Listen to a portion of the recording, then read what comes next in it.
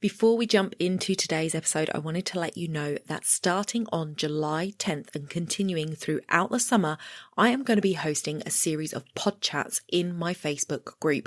I'm going to be talking to podcast hosts about their podcast journey, why they started, why they continue, the troubles and tribulations along the way, the brilliant ahas that they've had, guests, all of the good stuff. We're going to be talking about it all in my Facebook group, Start a Podcast UK.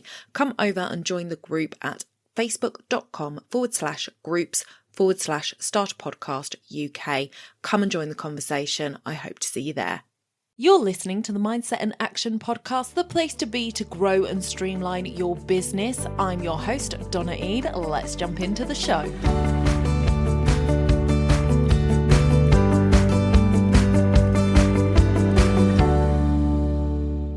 Welcome back to the podcast, everybody. I am so glad to have you here today for another conversation with the lovely Vivian Joy. Welcome back to the podcast, my lovely. Hello, thank you for having me once again. So today we are talking about another very common one that I see, and I know that you will see in your work as well, Viv, and that is the scarcity mindset, that fear that there is just not enough for me out there. Talk to us about the scarcity mindset. How does it show up? What does it do to us? We've only got literally 10 minutes, honestly.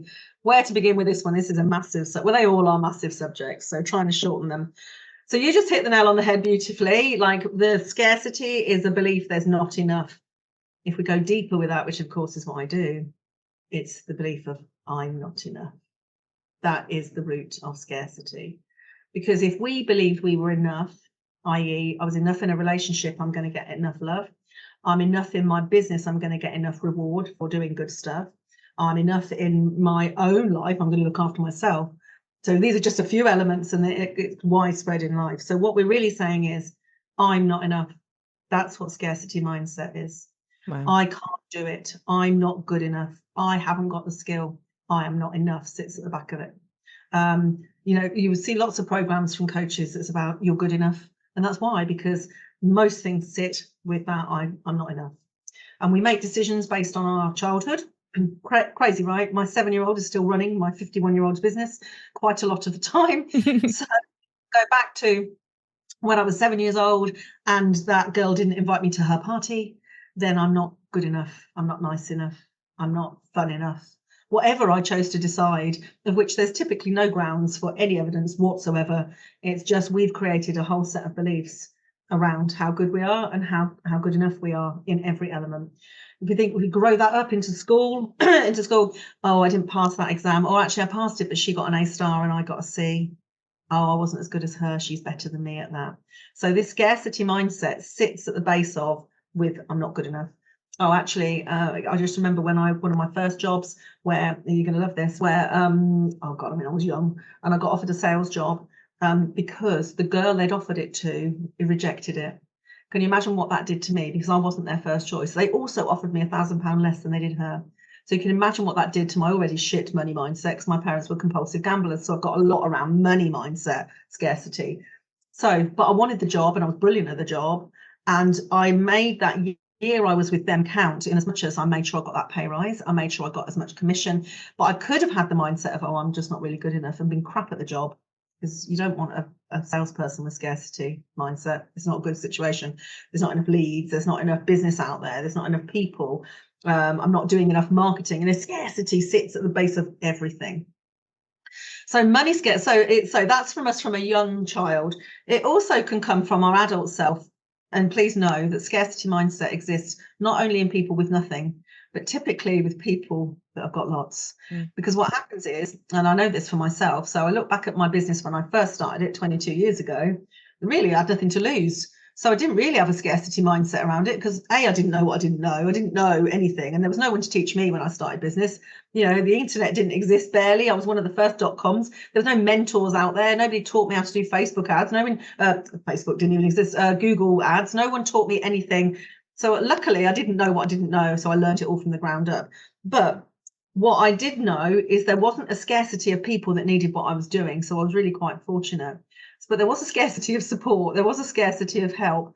But luckily, I didn't have that mindset of I've got loads of stuff to lose, because honestly, I didn't have anything to lose. I'd left a job that I didn't want to do anymore. I had money in the bank because I'd remortgaged my house.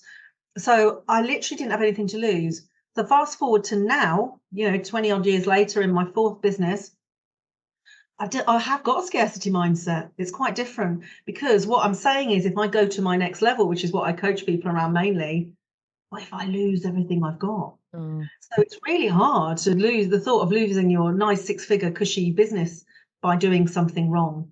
And I look at examples of this in history, and you may or may not remember Gerald Ratner. I don't know if you remember Ratners on the high street. They were very low priced jewelers. So I don't know if you do remember Don't Ratners. remember that one, no. They were like, F. Hines and all the other jewelers. I can't remember the others, but they were the main one. Gerald Ratner, who's a brilliant public speaker, by the way, and he now has sales all online. So it was the best thing for him in the long run. But he did a talk on the TV, and he talked about how all his products were really basically shit that they mark up. They buy from wherever. So he basically said they're cheap things and we just mark it up. Can you imagine what that did? And they had I can't believe they had 4,000 stores. They were high street brands. They were like Argos essentially back in their day. And so that literally wiped out his brand overnight. No one was buying that shit, were they? No one was going to buy it.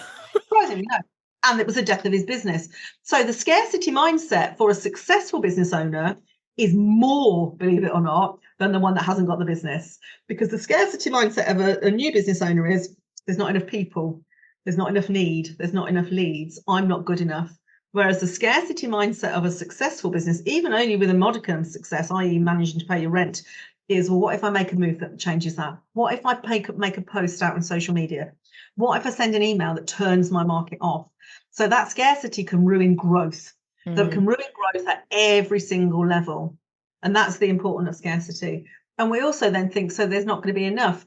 So if you didn't have enough in childhood, even if you've got £1 million, you will still fear not having enough, because unless you reset and reprint those mindset beliefs from childhood, they will still run the show. Like I said, very often my 7-year-old and my 12-year-old are running my business at 51. It's not a good plan, but actually they're running everything. So unless we reset those beliefs that we created in younger lives, and some of them are based on experience, by the way, if your mother didn't buy you any birthday presents, or, you couldn't go to the school trips. And, I come from a very working class background where that was the case. I didn't go on the foreign trips. There was none of that. And I didn't have the latest, didn't even know what designer trainers were. In honesty, they never came into my world. I'm not a poverty case, but my parents spent everything on gambling because that's what they did. Didn't mean they didn't love me. I always had enough food. But actually, I grew up that actually it doesn't matter how much money you've got, you need more, because that was my parents' mindset. You need more money to gamble, is what they were saying. So my brain still says, wow, look at what you turned over this month. You still need more. My brain still does that. So scarcity mindset is the same at whichever level. It basically means I haven't done enough, I'm not good enough, I am not enough. That is essentially what is at the root of scarcity. Wow. That's a heavy one, guys. That is actually quite a heavy one. Yeah. Breathe it out. And what I'm taking away from this, aside from the topic itself, is that all of these blocks hit us at different times, and it's not like you fix it where you are and it's gone forever. New level, new devil, and those things creep back. So it's got to be something we're always hyper vigilant of. So if scarcity mindset is something that you are struggling with, then Viv works with women who have that exact issue. In fact, she works with women who have lots of issues, me being one of them. That's my job. I love it, right? And the reason I love it so much, I'm not just a coach who learned to be a coach and decided to coach this. I've lived it. I love it because I've lived it. I remember it. I know it. Every time I help someone through it, it's like I'm just helping a little version of me somewhere along the line. So, it's not completely selfless what I do for a living. And it keeps me where I am, because otherwise we can slide backwards. It's so easy to not bother, because it's true. Business is really risky. That fear of losing everything, fear of losing yourself, actually, fear of losing your time, losing your relationships when you put your all in. There's so much in scarcity. It's a huge, huge subject, but understanding what is going on for you, where your fear comes from, because scarcity is a fear mindset as well. And actually, I think it's important we have some of it. Otherwise, we become somebody else. like that, not fear of having, you know, feel like, and I think that changes the dynamic, and we're scared of that too. Yeah. So having a bit of that, we have to have fear. Fear is essential. We can't eradicate it, nor would we want to. We need to understand it, and we need to coach ourselves through it, need to really help ourselves through the mire of fears that come up through business, which are daily for most business owners, hourly for some, and continuous for others. So yeah, if you are one of those, definitely reach out to me and we'll understand what's driving it, because something's driving it. Something's driving it. We talked about fear of sales in these episodes, you know, the fear of changing from being an employee to being, you know, employed. We talked about, you know, all the different ways that fear not only triggers us, but shows up what we take action on. But actually, this is where it starts. So, you know, we should have probably done this one first in the series, because where it starts, it's that fear. Yeah. And if we can work out that fear, we don't have fight, flight, freeze or please. We don't have problems with our identity. We can just deal with the base fear, which always comes from beliefs, which always comes from our perception of experiences, lived experiences, always. When somebody says something and we take it a certain way, someone tells us it's true, we believe it. It's all about the beliefs we set in our younger years, which is why I'm a mindset reset coach, essentially, and deep structure NLP coach, because we can go in and reset those representations of experiences we had when we were younger. And because, you know, yourself now, if you look at what happened to you when you were 7, you know, your 7-year-old was terrified, you know what to do, you know, whatever that experience was.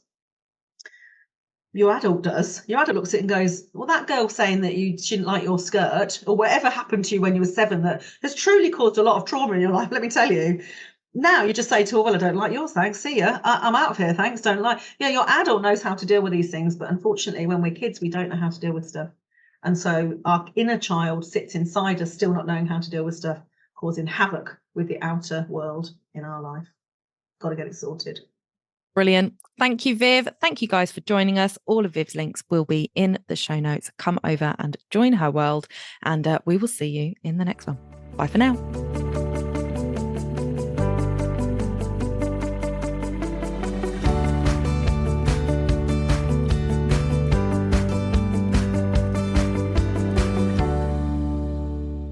Don't forget to hit those stars and leave a review of the podcast where you listen if you found value in what you heard today. It's a free way you can help the podcast reach more people just like you.